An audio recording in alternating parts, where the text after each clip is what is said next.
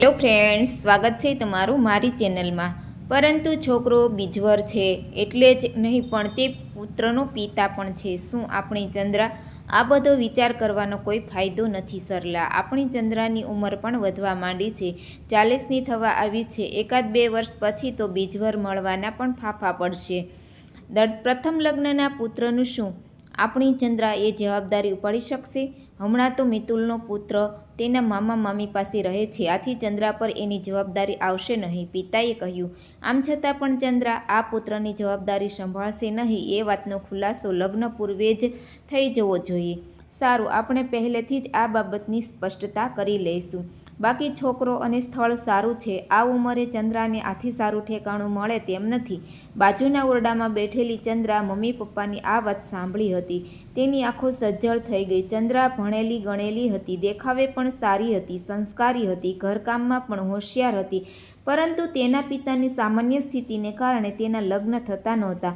સમાજમાં પ્રસરેલી દહેજ પ્રથા તે તેના લગ્ન આડે આવતી હતી અને તેના જન્માક્ષર પણ લગ્ન આડે કોઈ દોષ હતો, આથી તેની કુંડળી પણ કોઈ જોડે મળતી નહોતી। આ કારણે ચંદ્રાનું ઠેકાણું પડતું નહોતું। ધીરે ધીરે લગ્નની ઉંમર વીતવા લાગી અને ચંદ્રા તેના એકાંકી જીવનમાં ટેવાઈ ગઈ હતી। એક પછી એક તેના બંને ભાઈઓ પરણી ગયા, ભાઈઓના લગ્ન નક્કી થયા ત્યારે તેને મનમાં ઘણું દુઃખ થયું હતું, પરંતુ હૃદયનું દર્દ છુપાવી તેણે હસતા મોઢે ભાઈઓના લગ્નમાં ભાગ લીધો હતો।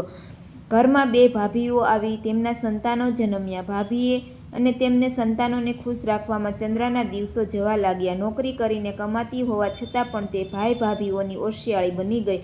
ભાઈ ભાભીઓને ખુશ રાખતા રાખતા ચંદ્રા દુલ્હન બની પિયાને ઘરે જવાનું સપનું ભૂલી ગઈ। નોકરી અને ભાઈઓની ઝાળમાં અટવાયેલી ચંદ્રા ઉંમરના પગથિયાં ચડતી રહી અને આજે ઉંમરના 40મા વર્ષે મમ્મી પપ્પાની વાત સાંભળીને દિલમાં ફરી એકવાર અરમાન ઉછળવા માંડ્યા। પરંતુ મૃત્યુ વિપુલ અને એક પુત્રનો બાપ હોવાની વાત તો તેના દિલમાં એક કાંટાની જેમ ભોંકાતી હતી। તું શું જિંદગીભર તેણે બીજાના સંતાનો ને સંભાળવા પડશે? ભાઈ ભાભીના છોકરાઓ સંભાળ્યા પછી પણ તેની શોકનો છોકરો સંભાળવો પડશે। સાવકીમાં બનવું સહેલું નથી। સાવકીમાંની જિંદગી ખૂબ જ ખરાબ છે, જશને માથે ભૂતિયા જ પડે છે, વિધિને મંજૂર હશે તે જ થશે, એમ કહી તેણે મન મનાવી લીધું। મિતુલ સાથે વાત આગળ ચાલી। થોડા વર્ષો પછી ચંદ્રા પુત્રની જવાબદારી તેના પર પુત્રની જવાબદારીને નાખવામાં આવે એમ નક્કી થયું। જો કે ચંદ્રાના માતા પિતા મિતુલની પ્રથમ પત્નીના પુત્રને ચંદ્રા ક્યારેય પણ પોતાની પાસે રાખશે જ નહીં એવી જીદ પકડીને બેઠા હતા, પરંતુ આ માગો લઈને આવેલા સંબંધીએ ચંદ્રાના પપ્પાને સમજાવી દીધા કે હમણાં આ વાત માની લો, પાછળથી જોયું જશે। પુત્રની ઉંમર સામે જોઈ ચંદ્રાના મમ્મી પપ્પા આ વાત માની ગયા અને સાદાઈથી ચંદ્રા અને મિતુલના લગ્ન થઈ ગયા। 40 વર્ષ પછી ચંદ્રા પરણીને સાસરે આવી। તેના માટે આ દુનિયા સાવ નવી હતી। વિવાહિત જીવનની સુંદર કલ્પનાઓને હકીકતમાં ફેરવતે આતુર હતી, પરંતુ મિતુલ 6 વર્ષના લગ્ન જીવન માણી ચૂક્યો હતો। તેના મનમાં તેના માસૂમ પુત્રને બીજાને ભરોસે છોડવાનું દુઃખ હતું, પરંતુ આ દુઃખ તેણે ચંદ્રા પર જાહેર થવા દીધું નહીં। પ્રથમ પત્નીની યાદ તેના દિલને વ્યાકુળ કરી જતી હતી, પરંતુ ચંદ્રા સમક્ષ તેણે ક્યારેય પણ પોતાના દિલની વાત જાહેર કરી નહોતી। તે ચંદ્રાને ખુશ રાખવાનો પ્રયત્ન કરતો હતો। અઠવાડિયે 15 દિવસે એકવાર મિતુલ તેના શાળાને ત્યાં જઈ તેના પુત્રને મળી આવતો, પરંતુ ચંદ્રાએ ક્યારેય પણ મિતુલના પુત્ર પ્રેમલને મળવાનો પ્રયાસ કર્યો નહોતો। તેની મન પ્રેમ મિલનનું કોઈ અસ્તિત્વ જ નહોતું। ચંદ્રા પોતાના સંસારમાં ખુશ હતી। તેના લગ્નને 6 મહિના થઈ ગયા। તે ગર્ભવતી હતી, પોતાના ઉદરમાં એક જીવ પાંગરી રહ્યો છે, હવે તે માતા બનવાની છે એ વાતે ચંદ્રા ખુશ હતી।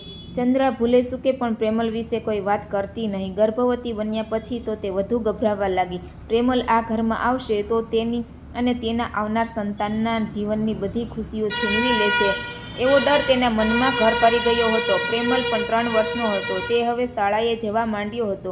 મનમાં ને મનમાં મિતુલ પ્રેમલને માટે ઈજરાતો હતો, પરંતુ આ વાત તે ચંદ્રાને કહી શકતો નહોતો। પ્રેમલ પાસેથી તો પોતે તેનું બાળપણ છીનવી રહી છે, પિતાના છત્રની તેને દૂર રાખી રહી છે, આ વાતનો વિચાર ચંદ્રાના મનમાં ક્યારેય પણ આવતો નહોતો। પ્રેમલ માટે સાવ કઠોર બની ગઈ હતી। કેટલીક વાર તેને પોતાના આવા વર્તનથી નવાઈ લાગતી, પરંતુ પોતાનું વર્તન સુધારવાનો પ્રયાસ ચંદ્રા ક્યારેય પણ કરતી નહીં। આ દરમિયાન ચંદ્રાની પાડોશમાં એક નવો પરિવાર રહેવા આવ્યો હતો. પતિ અને પત્ની, તેમના 2 સંતાનો, આમ 4 જણનો આ સુખી પરિવાર હતો. આ કુટુંબની મહિલા સીમા ચંદ્રાની સખી બની ગઈ. સીમાને 2 પુત્રો હતા, એમ વિશાલ અને વિનય. એક દિવસ વાતમાં સીમાએ વિશાલ તેનો સાવકો પુત્ર હોવાની વાત કહી. આ સાંભળીને ચંદ્રાને ઘણી નવાઈ લાગી, કારણ કે સીમાના વર્તન પરથી વિશાલ તેનો સાવકો પુત્ર હોવાની જાણ સુદ્ધા થતી નહોતી. ઉલટાનું તેના સગા પુત્ર વિનય કરતાં પણ વિશાલને વધુ પ્રેમ કરતી હતી. ચંદ્રએ પોતાના પણ એક સાવકો પુત્ર છે અને તે તેના મામા મામીને ત્યાં રહે છે એમ કહ્યું. ત્યારે સીમાએ ચંદ્રાને પોતાના જીવન કથા જણાવી. ચંદ્રા, તારા તો 40 વર્ષની ઉંમરે લગ્ન થયા હતા, પરંતુ મારા લગ્ન થયા ત્યારે મારી ઉંમર 34 વર્ષની જ હતી. મારે કોઈ વિધુર સાથે લગ્ન કરવાની પણ કોઈ જરૂર નથી, પરંતુ અમારા કુટુંબમાં એક એવી ઘટના બની કે સામે ચાલીને હું મલય સાથે પરણવા તૈયાર થઈ હતી. મારા ભાભી એક નાનકડી માંદગીમાં મૃત્યુ પામ્યા હતા. પાછળ તેનો 2 વર્ષનો પુત્ર અને 5 વર્ષની પુત્રીને અમારે ભરોસે મૂકી ગયા હતા. આ આઘાતથી મારો ભાઈ સાવ ભાંગી પડ્યો હતો. આ 2 સંતાનોને કેવી રીતે ઉછેરવા, ચિંતા મગજને કોરી ખાતી હતી. તે સમયે હું કુંવારી હતી. મેં મારા ભાઈના સંતાનોને ઉછેરવાની જવાબદારી સંભાળી હતી. મારી મમ્મીની ઉંમર થઈ હતી, તે આ બાળકોને સંભાળી શકે તેમ નહોતી. ભાભીના પિયરમાં તેના ભાઈ ભાભી હતા, પરંતુ અમારા કુળ દીપક તેમને ત્યાં ઉછેર અનૈતિક રીતે પણ યોગ્ય નહોતું. આમ બાળકો અમારા કુટુંબના છે અને એમની જવાબદારી અમારી છે એમ વિચારી અમે એ જવાબદારી સ્વીકારી લીધી. ભાઈના બાળકો મારા હેવાયા થઈ ગયા. મારા વિના તેઓ એક પળ પણ રહેતા નહીં. ભાભીના મૃત્યુના 2 વર્ષ પછી અમે ભાઈના બીજા લગ્ન કરવાનું નક્કી કર્યું. નવી માં બાળકોને સાચવશે, તેમને સગી માનો પ્રેમ આપશે, એવો પ્રશ્ન અમને પરેશાન કર્યા કરતા. પરંતુ આજે નહીં તો કાલે સીમાના લગ્ન કરાવવા જ પડશે. વિચારે મારા મમ્મી પપ્પાએ મારા ભાઈના લગ્ન કરવાનો નિર્ણય કર્યો.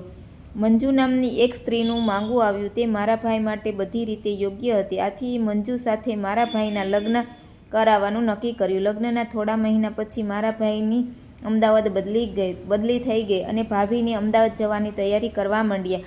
ભાભી બેગ ભરતા હતા. અમને હતું કે ભાઈ ભાભી એકલા જ જશે. લગ્નના 3 મહિના ભાભીને તેને શોકના 2 સંતાનોની જવાબદારી ઉઠાવવી નહીં ગમે. આથી થોડા મહિના ભલે એ બંને અમારી સાથે રહે. સીમા બહેને રીતુ અને શુભભાઈના કપડાં તેમજ તેમના સામાન મને બતાવો એટલે હું તેમની બેગ તૈયાર કરી નાખું. મંજુ ભાભીએ કહ્યું કે ભાભી, બાળકો તો મારા હેવાયા છે, થોડા દિવસો ભલે અહીં રહેતા. નહીં સીમા બહેન, અત્યાર સુધી આ બાળકોને સંભાળનાર કોઈ નહોતું. હવે તો હું છું ને, તેઓ અમારી સાથે જ રહેશે. આ બાળકોની જવાબદારી મારી છે. મારે એમને સગી જનેતાને પ્રેમ આપવાનો છે. એ જાણીને જ હું અહીં આવી છું ને આ જવાબદારીમાંથી જરા પણ ઊણ ઉતરી તો તમારી પ્રથમ ભાભીનો આત્મા મને ક્યારેય પણ માફ નહીં કરે. આ બંનેના બાળકોની હું માં છું. મારા તરફથી ક્યારેય પણ તમને કોઈ ફરિયાદ સાંભળવા નહીં મળે. હા, અગર તમારે મારા પર વિશ્વાસ નહીં હોય અથવા મને યોગ્ય નહીં સમજતા હો તો જુદી વાત છે, પરંતુ આ બાળકોનું દિલ હું જીતી લઈશ એ વાતને મને વિશ્વાસ છે. ભાભીની આ વાત મને ઘણી સ્પર્શી ગઈ. સાવકી માતા પણ સગી જનેતા કરતાં જરા પણ ઉતરે તેમ નથી. એ વાત મંજુ ભાભીને સિદ્ધ કરી દીધી. થોડા જ સમયમાં મંજુ ભાભીએ ભાઈના બંને સંતાનોનું દિલ જીતી લીધું. એવામાં અમારી પડોશમાં રહેતા મલયની પત્ની 1 વર્ષમાં વિશાલને રડતો કકળતો મૂકીને મૃત્યુ પામી. મારી નજર સમક્ષ મંજુ ભાભીનો ચહેરો આવી ગયો અને મેં બીજા મંજુ ભાભી બનવાનું નક્કી કર્યું અને મલય સાથે લગ્ન કરી વિશાલની સાચી જનેતા બનાવવાનો નિર્ણય કર્યો. મારો આ નિર્ણય સાંભળીને મારા ઘરના લોકોએ પણ વિરોધ કર્યો, પરંતુ હું મારી જીદ પર અડગ રહી. છેવટે મારા કુટુંબીજનોએ મારી સામે નમતું જોખ્યું અને મલય સાથે મારા લગ્ન કરાવી આપ્યા. આજે આ વિશાલની જનેતા બની મને ગર્વ છે. વિશાલ મારો પેટનો જણ્યો નથી, પરંતુ મારી મમતાનું દૂધ પીને ઉછર્યો છે. તે મારા વિનયથી જરા પણ ઉતરતો નથી. મને કહેવામાં જરા પણ દુઃખ નથી થતું કે હું વિનય કરતાં વિશાલને વધુ ચાહું છું. સીમા આજ સુધી સ્વાર્થમાં આંધળી બની ગઈ હતી. એક માસૂમ બાળકના રુદન મારે બહેરા કાને અથડાતું હતું. આજે મારી આંખ ખોલી નાખી છે. હું તારી જેમ જ પ્રેમલની સગી જનેતા બનવા કોશિશ કરીશ, ગળગળી થતી ચંદ્રા બોલી. સીમા સામે જનેતાના ફોનના ચકરડા ઘુમાવ્યા અને પ્રેમલના મામાને આજે જ પ્રેમલને ઘરે મૂકી જવાની સૂચના આપી. સાંજે મિતુલ ઘરે આવ્યો ત્યારે પ્રેમલ અને તેના મામા મામીને જોઈને તે આવાચક જ થઈ ગયો અને દરવાજા પર જ ઊભો રહ્યો. તમે અંદર આવશો કે પછી બહાર જ ઊભા રહેશો? ચંદ્રાનો અવાજ સાંભળી મિતુલ ઘરમાં આવ્યો અને સોફા પર બેઠો. તેની આંખો કંઈક પ્રશ્નાર્થ જોતા પ્રેમલના મામાએ કહ્યું કે ચંદ્રા દીદીએ ફોન કરીને અમને અહીં બોલાવ્યા છે. આજથી પ્રેમલ અહીં જ રહેશે. શું? મિતુલને આશ્ચર્યચકિત થયું. ચંદ્રા સામે જોવા લાગ્યું. ચંદ્રાને નાસ્તો લેવા અંદર ગઈ ત્યારે મિતુલ પણ તેની પાછળ પાછળ રસોડામાં ગયો. ચંદ્રા, મને સમજતી પડતી કે કયા શબ્દોમાં તારો આભાર માનું. આભાર માનવો હોય તો બાજુવાળા સીમા ભાભીનો માનો. તેણે જ મારી આંખ ખોલી છે અને મને મારા કૃત્યનો પસ્તાવો થાય છે. શું તમે મને ક્ષય કરી શકશો? ચંદ્રાની આંખ ભીની થઈ ગઈ. પ્રેમલને પિતા સાથે જ આજે પણ મળી ગઈ એ વાતનો સંતોષ મિતુલની આંખોમાં જૂના ચંદ્ર ધન્ય ધન્ય બની ગઈ.